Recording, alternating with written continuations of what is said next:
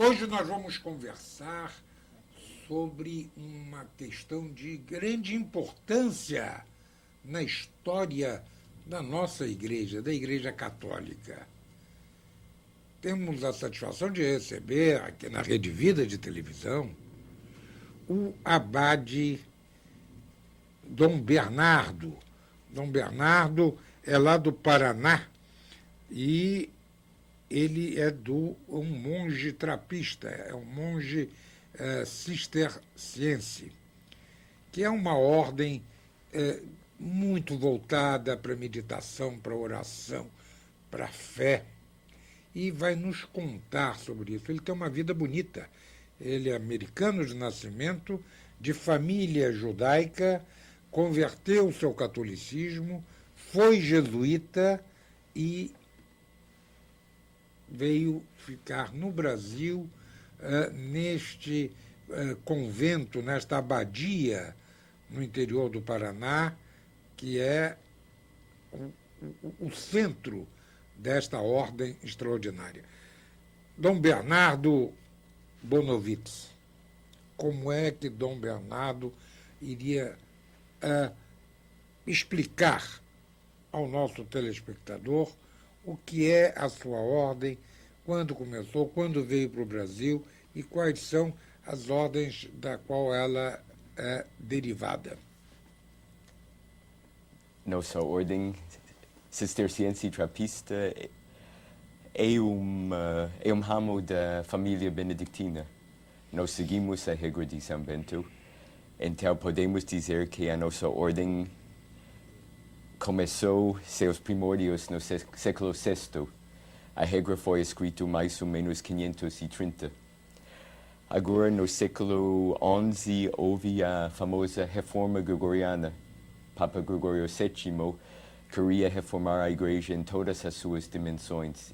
E isto deu nascimento a muitas novas ordens, os cartuchos, os camaldalenses, e em 1098 nasceram os cistercienses, que tinham como desejo uma observância ao pé da letra da regra de São Bento.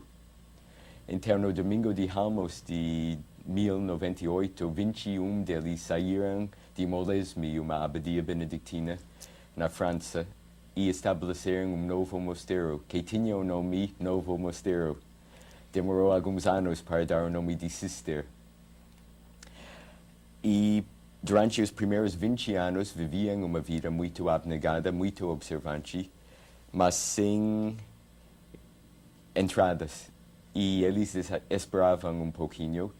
O abade atual, Santo Estevão, rezou para Deus mandar novos membros.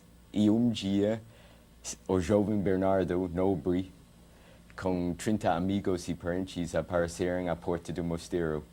E isto deu um impulso de crescimento para a ordem, que era só um mosteiro naquele momento. E a ordem deu já vários santos à igreja. Já. Santo Estevão, São Bernardo de Claraval. Sim. Os oficialmente canonizados santos, acho que são 4. Mas tem muitos santos de devoção popular. Isto antes do processo que o Vaticano segue hoje em dia. O último a ser canonizado, acho que faz menos de 5 anos. São Rafael Barón, um jovem oblato espanhol que faleceu na década dos anos 30 na Espanha. Durante a Guerra Civil? Exatamente, durante a Guerra Civil. Foram milhares de padres e freiras assassinados pelos comunistas, né? Foram. Eu agora acabei de ler um livro sobre esse terror que foi em Madrid nos primeiros dias, né? 30 igrejas incendiadas. Engraçado, os católicos, o senhor que tem origem judaica, os católicos deveriam contar que nós também fomos vítimas da barbaridade, tanto quanto os judeus na questão do Holocausto.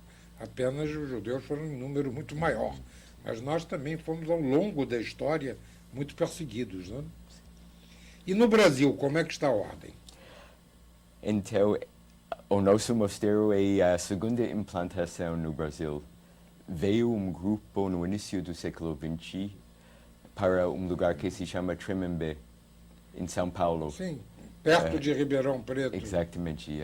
Foi refúgio porque o abade de Setfon, na França, acreditava que o governo francês ia expulsar todas as ordens religiosas. E, de fato, expulsou, com poucas exceções, inclusive os trapistas não foram expulsos. Mas ele, por razões de segurança, estabeleceu refúgio em Tremembé, que ficou lá uns 30 anos, até os anos 30, e depois eles voltaram para a Europa. E agora, nosso mosteiro foi fundado em 77. Uma abadia norte-americana do estado de Nova York mandou grupo pequenininho de 4 monges para Lapa, perto, não longe de Curitiba. E 4 anos depois, eles mudaram para o menor município do Paraná, Campo do Tenente. E estamos lá até hoje. E são todos americanos os que vieram? Os 4 eram americanos. Sim. E hoje são quantos? Hoje somos em 32. Americanos, agora são 3. Suíço, argentino. Temos vivendo conosco 6 angolanos que estão renovando sua formação monástica e todos os outros brasileiros, a grande maioria brasileira. E como é que está as informações que o Dom Bernardo tem da liberdade religiosa em Angola? Como o senhor sabe, o governo inclina-se para o comunismo, mas tem liberdade da prática religiosa e acho que entre 40% e 50% da população é católica. Sim, a formação portuguesa, né, que é a nossa grande herança de Portugal, é a fé. Exatamente. E como é que o senhor vê hoje a mocidade, as novas vocações? O senhor sente que o jovem entende este apelo à oração, à meditação? Esta é a parte que mais atrai. O aspecto contemplativo e uma vida fraterna, onde a comunidade representa um ambiente familiar. O difícil são os desafios afetivos ou interiores. Nós vivemos muito silêncio, muita solidão, muita separação do mundo, inclusive da família de origem. E, ao longo prazo, isto purifica o coração do jovem, mas custa. Agora, a ordem tem paróquias para que o público frequente, os monges celebram missas habitualmente para as famílias católicas ou não? Não. No fim do século XIX, o Papa Leão XIII achou por bem dividir a ordem em 2 partes, os cistercienses e os cistercienses da estrita observância. E somos nós, o apelido é trapista, por causa de uma reforma feita no mosteiro de La Trappe, na França, no século XVII. O nosso ramo, nós celebramos missa todo dia, aberta ao público, vem muita gente, atendemos confissões, temos uma hospedaria para onde vêm hóspedes toda semana, mas não temos pastoral fora do mosteiro. Sim. Só dentro do mosteiro? Só dentro do mosteiro. E há romarias de gente de fora? Muita gente. Que vão de várias partes do Brasil? Sim. E no Brasil é só lá no Paraná que tem? Até 2010. Em 2010 chegou grupo de monjas de Chile e fundaram um mosteiro feminino trapista. Aonde? Perto de São Bento do Sul. Uma beleza. Nós vamos para o nosso intervalo e voltamos para fazermos esta viagem neste mundo da oração, da contemplação, da meditação, que é esta extraordinária ordem que tem como sua figura maior Dom Bernardo de Claraval, sobre quem Dom Bernardo falará após o nosso intervalo.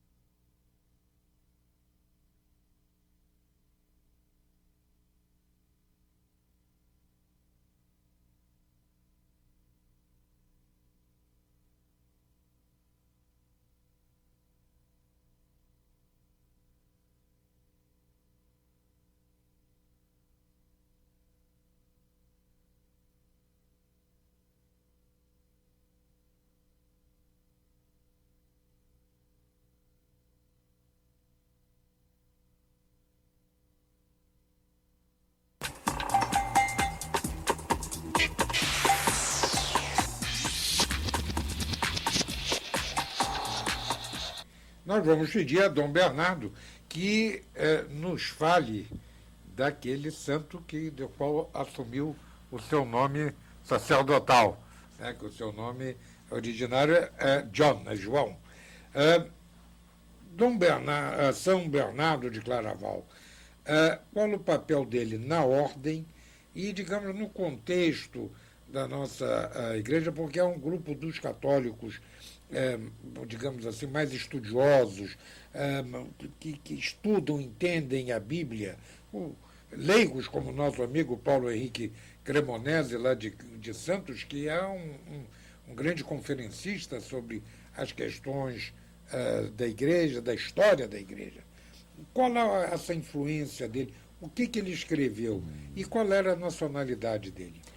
Ele era francês, de uma família nobre francesa. O pai dele era militar, a mãe aristocrata. A influência dele é dupla, realmente. Tem uma imensa influência histórica na resolução do conflito sobre o papado, quando tinha dois candidatos para Papa, e ele passou mais de 10 anos tentando unir a Europa em torno do homem que ele acreditava era o verdadeiro vigário de Cristo. Ele também pregou as cruzadas, é muito famoso por isto, sobretudo na Basílica de Vézelay, e por causa da sua pregação, milhares e milhares assumiram a cruz, como se diz. Também esclareceu muitos pontos da teologia na controvérsia com Abelardo e em outras controvérsias teológicas, a doutrina da Trindade. Mas depois ele tem um desempenho talvez mais importante na história da mística, sobretudo seu grande comentário sobre o Cântico dos Cânticos, que para o Ocidente é a grande obra da mística esponsal, da união da alma com Cristo através da contemplação e da Igreja com Cristo como o corpo místico de Cristo. E a partir desses escritos dele, desta presença dele na igreja, a ordem se espalhou pela Europa e depois é que veio para as Américas. Sim, ele pessoalmente fundou mais de 70 mosteiros durante seu tempo de abade. Os de Portugal, ele começou? Ele começou. Aquele mosteiro tão famoso de Alcobaça é uma fundação de São Bernardo. E a de Santa Margarida do Bouro foi depois, mais tarde, mas que eu creio que hoje é o mais importante trapista de Portugal. Sim, infelizmente não há nenhum mosteiro trapista no Portugal que funciona. Funciona hoje? Não. Existem um ou dois na Espanha, em Galícia, que têm interesse em fazer uma fundação em Portugal. Claro, porque está até perto. A Santa Maria do Bouro deve ficar a uns 40 minutos da fronteira da Espanha com Portugal. E os trapistas sofreram muito lá na Guerra Civil Espanhola, então.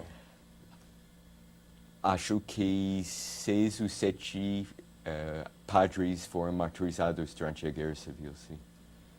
Agora, este São Rafael Barão morreu, se eu me lembro, de tuberculose, mas vivia exatamente durante esta época.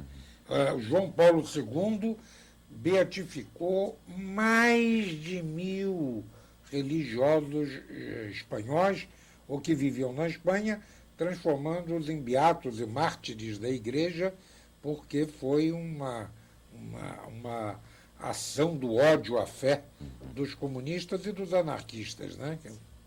Que a exigência mais clássica para ser declarado mártir. Para ser mártir não basta ser católico que morre violentamente, mas tem que ser em ódio fidei, por causa do ódio da fé. Ódio à fé. E isto é claro no caso dos mártires. Qual o senhor, que é um homem da meditação e que conhece a história da Igreja, qual a justificativa para que 2 países de povos tão católicos tenham tido ao longo da história uma minoria anticlerical tão forte, que é o caso da Espanha. Agora mesmo, neste momento, o Partido Socialista da Espanha está querendo romper vários acordos do governo da Espanha com o Vaticano. Por que isso? Qual a explicação?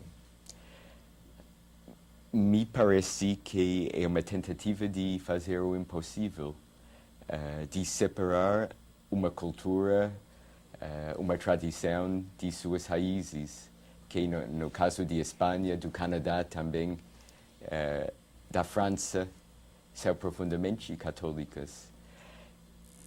Tiveram reis católicos. Sim, então, exatamente. É uma tentativa de reinventar uma civilização que acho não é possível.